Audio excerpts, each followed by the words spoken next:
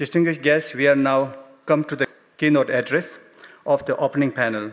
It is my great honor to invite Honorable Sikyong Penpa Tsering, President of Central Tibetan Administration, to deliver the keynote address to Geneva Forum.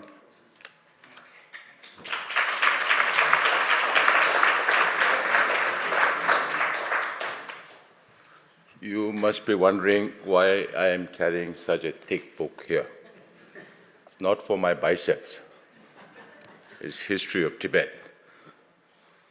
Before, of course, I speak on the subject today, it's my honor and privilege to be sharing this dais with our old friends, Senator Paul Fischel, Michelle Brandt. We keep meeting every now and then, and we keep going back to Czech Republic all the time. And Michelle has now become a parliamentary state secretary in his official government position. I think this is the first time that we have a representation from the government of Germany. And then we have friends from Switzerland and Mexico. I was in Mexico a few months ago, but I didn't get to meet Paloma and her husband. But then the world is so small. Now we meet here in Geneva. So thank you for coming all the way from Mexico.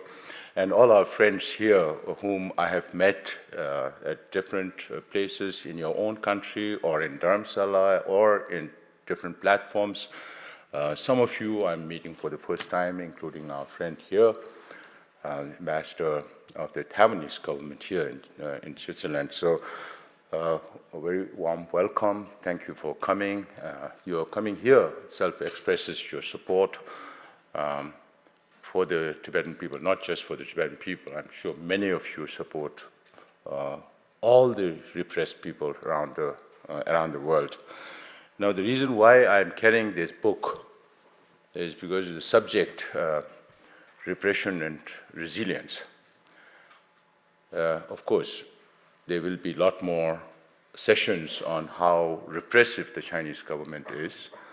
And we always, here in Geneva, this Geneva Forum was created because there's no space for people like Tibetans, and we have a lot of representation here for the Onpo, who are also not represented.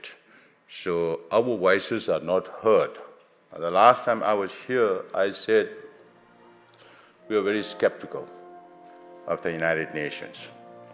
I've also said that the United Nations is one of the most undemocratic institutions in the world, maybe next to FIFA.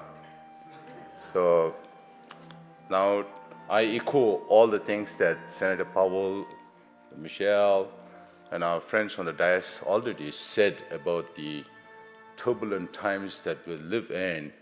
Maybe this is a precursor to change the structure of the United Nations once the global order settles down so that their voices could be heard, particularly from people who are repressed, who are voiceless.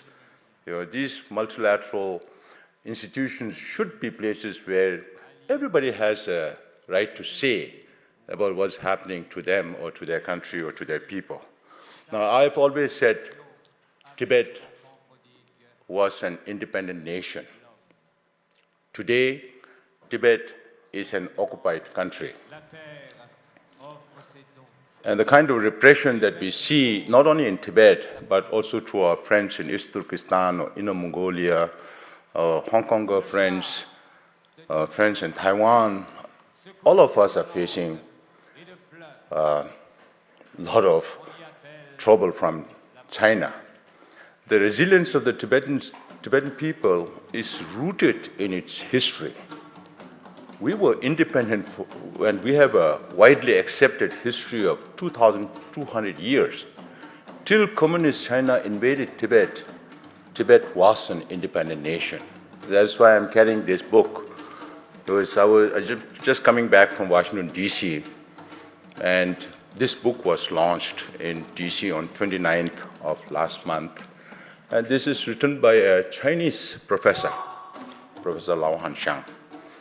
Last time when I came here, we talked about, 2 years ago, we talked about Michael Van Wall's book called Tibet Brief 2022, which looked at Tibetan history from an international legal perspective of the form of nation state before the end of Second World War and the formation of United Nations and definition of modern nation state. Every region in this world have its own definition of sovereignty those days. Michael Van Paul looked at those angles, working with some 70, 80 scholars from Central Asia, not just from Tibet. And also, since the formation of United Nations and definition of modern nation state, Michael proves that according to international law, Tibet has never been considered part of China. And this book by Professor Lau is based on Chinese imperial historical records. He had three criterions, and two most important ones are that all his documents or evidence should have been based on documents that were published before 1949, which means before the coming in of Communist Party. And if it's documents that were printed after 1949, that should have been printed by the Communist Party of China. So all the documents that he refers to here are irrefutable evidence based on imperial Chinese historical records, particularly the Qing. But we didn't have much relations with the Mings from 1368 to 1644. Mongols, we had relations with Mongols much before Mongolia invaded China. So this book is thick. Of course, we'll try to come out with a concise version later. It is about 1,300 pages, and it's going to be a very, very important reference book. The Chinese version came out in 2019, and the Tibetan version was done by our Chinese liaison officer who's based here in Geneva right now. He did it voluntarily. And the English version took about 3 days because Professor Lau says that I'm challenging the Chinese government and I don't want a single mistake in this book. So anybody who is interested in Tibet should be reading this, but it's quite thick. And we'll try to come out with a... So what we have been trying to do on this is we are very committed. Of course, you will be discussing about the details of human rights violations inside Tibet, but I will do a general, because we have been independent. Between 7th to 9th century, Tibetan Empire was one of the biggest in Central Asia. We even captured the capital of Tibet, put in a puppet emperor. There's no voice? Actually.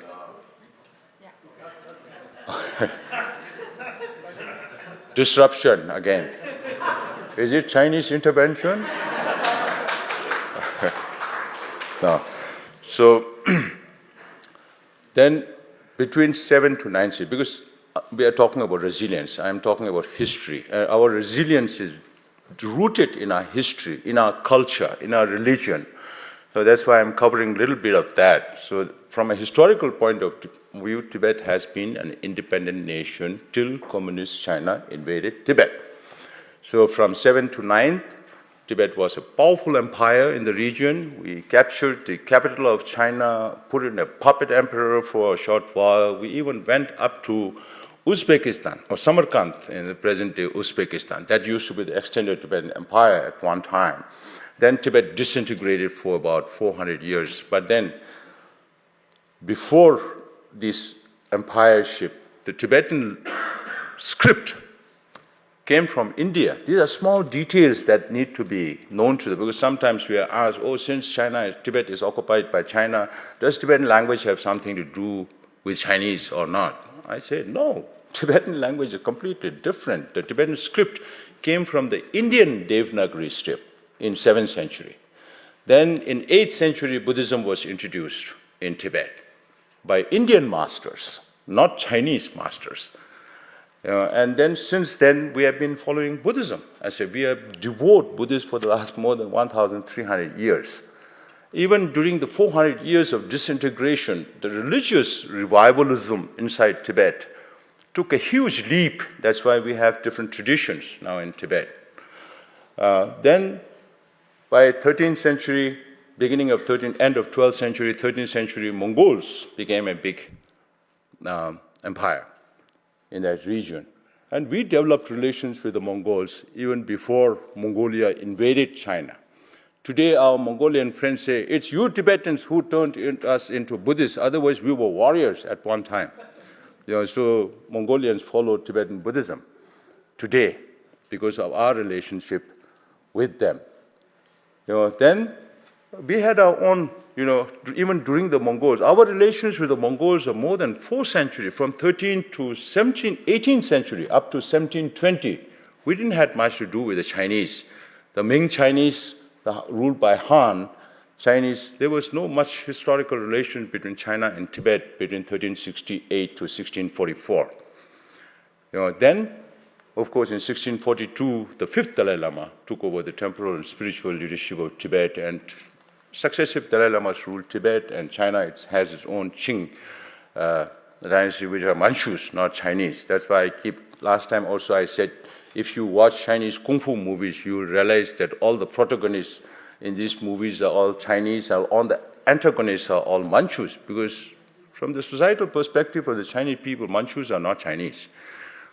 So that's where we stand. And some historians say, from 1913 onwards, Tibet seemed to have all the characteristics of an independent state. It's not the case. We were independent. Till Chinese communists came in, we were an independent nation, and that's what we have been trying to do. We follow the middle way policy to resolve the Sino-Tibet conflict, as proposed by His Holiness the Dalai Lama, and unanimously supported by the Parliament, and His Holiness reiterated this position. We continue to follow the same. When we say middle, it's a Buddhist concept. And when His Holiness talks about the middle way, then we know that there are ends to it. Without ends, there cannot be middle. So when His Holiness says he's asking for middle way, he's asking for genuine autonomy, which is not a political term, but this is His Holiness' genuine expression of what he wants, because China already calls Tibet Autonomous Region, Tibet Autonomous Prefecture, Tibet Autonomous County. They also acknowledge that in all the 3 provinces of Tibet, it's the Tibetan people who live there, who inhabit. And according to the law on national regional autonomy, people who live in a contiguous territory have the right to autonomy. And this might change. I think this is something that we need to watch during the March session in China, where they might do away with this law for nationalities, which is going to be a huge reset for Tibet. And we will have to reevaluate all our situation based on what China is trying to do to change the status quo into a position that is more favorable for China to integrate all the nationalities into China. So from a historical point of view, we have been trying to reach out. We worked with the US government, Congress, for 2 years to get the Resolve Tibet Act. Last July, President Biden signed it into law. And this law, because China says that there is no Tibet problem, and this law says that Tibet is yet to be resolved dispute. It needs to be resolved under international law. And this law also talks about the right to self-determination of the Tibetan people, which is very much in line with the 1961 General Assembly Resolution on Tibet, UN General Assembly Resolution on Tibet. So, and this law also talks about countering China's false narrative on Tibetan history, because China keeps saying Tibet has been part of China since ancient times or antiquity. That is why this book is important, Professor Lau's book, that Tibet was never part of China since antiquity, because Lao, being a Chinese, when he was in school, they used to teach that Tibet has been part of China since antiquity. And when he was in his universities, he found that the communist government is asking every other government to say Tibet is part of People's Republic of China. So as a Chinese, he was intrigued by this position. And when he became a professor all his life, and after his retirement, to fulfill his inquisitiveness, he started looking at Chinese imperial historical records. And he came out with this book, which is invaluable for us, and which is the truth. So this is one area we're trying to work from the CTA's point of view, the Tibetan government's, and I'm happy to inform you that in the latest 2026 appropriation bill of the United States, they have mentioned for the first time, a new language that for the purpose of this act, that is the spending bill, the appropriation, the Central Tibetan administration would be considered the Tibetan government in exile. So this language has been inserted for the first time, and for us, this is one step forward, and then we'll have to take it forward with more legislation on legitimization of the Central Tibetan administration. So these are one area that we are moving, and a lot of Tibet supporters are here. Now we have to do this in Europe as well, and all the friendly countries that we are involved with, particularly in the free world, because we can't reach out to the authoritarian regimes. The other area, our Honorable Member Lawrence mentioned about His Holiness reincarnation. This is one area that we have been working. You know that we celebrated His Holiness' 90th birthday last July, and His Holiness came out with a statement on July 2nd about His Holiness reincarnation, which makes it clear that there will be continuation of the Ganden Phorang Trust of His Holiness the Dalai Lama, that there will be a next Dalai Lama, and the responsibility of choosing the next Dalai Lama will lie with the Ganden Phorang Trust of His Holiness the Dalai Lama in consultation with High Lamas of other traditions and oracles who have been associated with successive Dalai Lamas. So those have been made clear, but again, His Holiness has not specified whether it could be an emanation or reincarnation in future. Many people don't understand the system. If it is going to be reincarnation, then all divinations or the messages that His Holiness leave will happen only before his demise, not 20 years. His Holiness keeps saying, "I'll live for another 2 decades and more." And I keep telling the Chinese, this message is for you, because you're waiting for this Dalai Lama to die. They are not concerned about the living 14th, but they're more concerned about the 15th, because they know that they can use it for their political gain. So that is what we have been doing. Is the first community that gets impacted by His Holiness reincarnation is the Tibetan community. And His Holiness has been very consistent in his statement since 1968 that whether there should be a next Dalai Lama or not will be decided by the Tibetan people.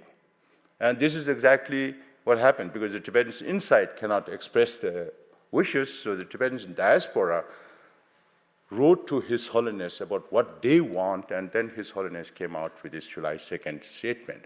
And we have been reaching out to the larger Tibetan Buddhist world in the Himalayas and to Mongolia and other countries who follow Tibetan Buddhism. And then we reached out to the larger Buddhist community around the world, and they have been very supportive all around. And then, of course, we reached out to governments. The United States already have a law, which was signed into law by President Trump in 2020, during his first presidency, this was the Tibet Support and Policy Act, amendment to the 2002 U.S. Tibet Policy Act. So from there, we got this Resolve Tibet Act. Now we are going to, on the reincarnation part, U.S. in the 2020 Tibet Support and Policy Act, they have included this element of His Holiness reincarnation, including sanctioning of Chinese officials who would be responsible for doing these things in China when the time comes. So these are some of the initiatives. Then we reached out to UK, we reached out to Germany, and we were told they committed to issuing a statement, and they said they were in discussion with France. And July 6th of last year, Germany, UK, France, Holland, Iceland, Estonia, and Lithuania, the human rights commissioners of these countries, ambassadors of these countries, came out with a joint statement on July 6th. And I'm also grateful to the Czech president, Peter Pavel, for the first time a sitting president. Of course, the President Václav Havel was the first to invite a sitting president to invite His Holiness the Dalai Lama to Czech Republic. That also enhanced the visibility of His Holiness' work. And last year, President Peter Pavel came to Ladakh, a sitting president coming to India for the first time to meet with His Holiness Dalai Lama. And President Pavel also hosted this Alliance 18 Conference of Religious Freedom in Czech Republic at the Presidential Palace of the Czech Republic, and he himself came and addressed the conference. And we were fortunate to have Ambassador Robert Rehak to focus on Tibet, during that conference, and I also got an opportunity to speak there.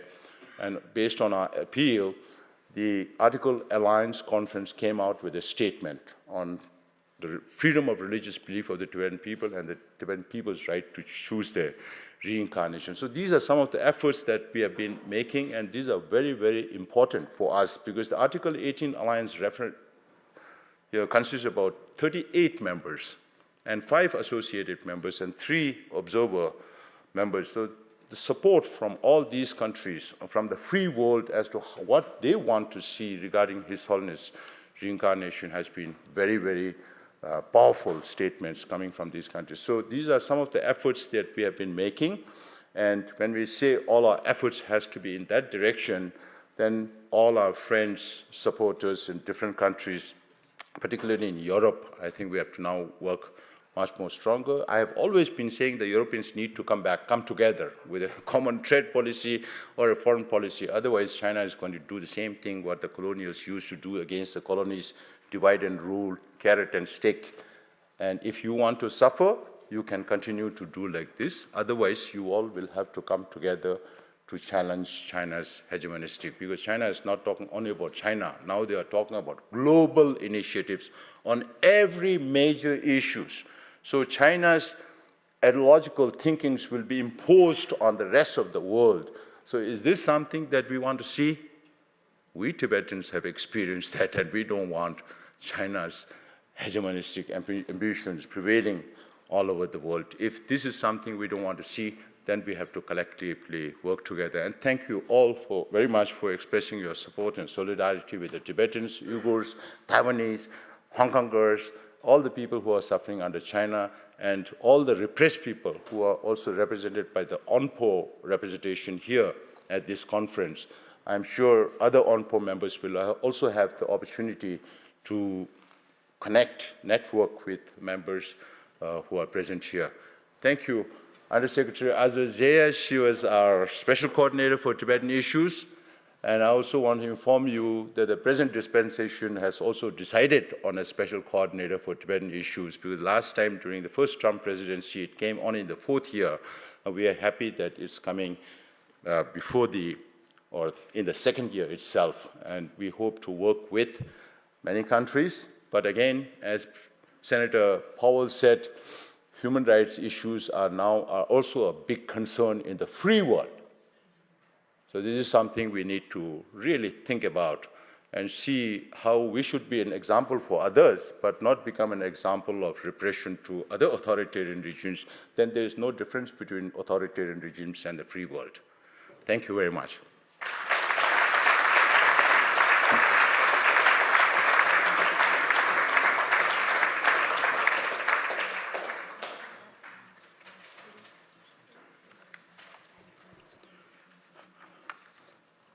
Thank you, Kongwa Sikyong.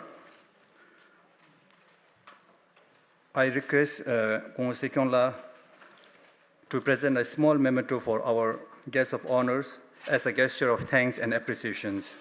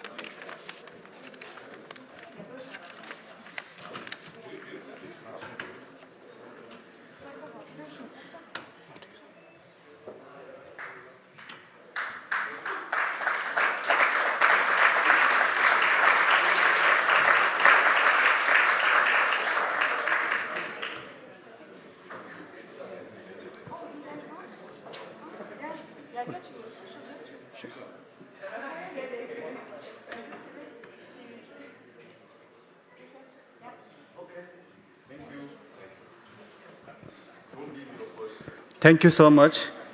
We will now have a 20-minute coffee break.